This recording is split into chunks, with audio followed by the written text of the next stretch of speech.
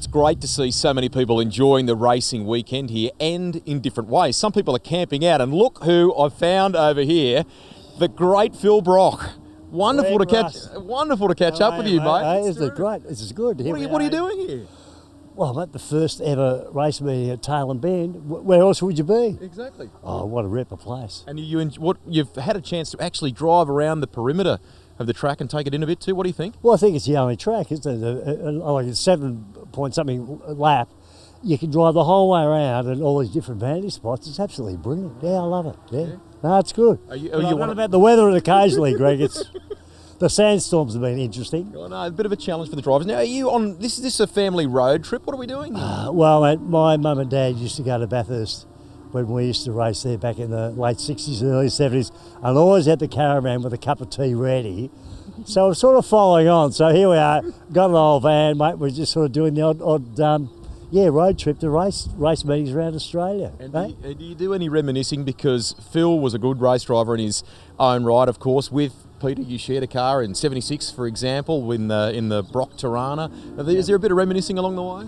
Oh, a little bit. And with some of the young blokes around, you just sort of go, they're sort of going, oh, when they finish the run off roads and whatever, you go, mate, stay on the black stuff. That's all we ever wanted to do, and that works, okay?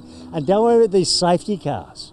You know, I know that you get pretty worn out when you drive more than 10 minutes, but hey, you can do it if you really want to, so don't run off the road.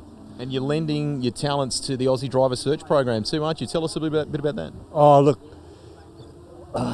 there's a young guy, Kyle Austin, who has started up and what have you, and he's he gets paid for people to come and learn how to race drive, I guess is the right way to say it, but he puts money back into some sponsorship for the better of the guys he has, and or women, whichever, and I think it's fantastic because, I mean, no one else in Australia gives money to a really good driver. I mean, look at the Aussie drivers that have gone overseas over the years.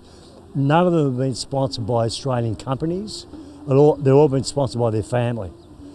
And yeah, for this guy to do it, I think is really nice. Now, when we've caught up with him, have you noticed there's two key things here that we need to point out? A, there's no Collingwood. God, there is no beer in his hand. You should be having a little. You're a spectator, and we're surrounded by Fords here. What is going on? What can I say?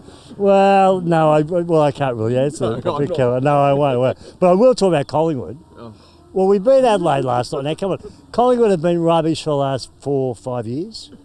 Finally, we beat a good team, and so I've had this shirt in storage for about 3 years. I've come out going, I'm going to be a nasty Collingwood barracker again. Cop that. He's a brave man in South Australia. Awesome to catch up with you, and great to see you enjoying the action this weekend, mate. Good to see you too, and keep doing your motorsport, mate. We love you. Thank you.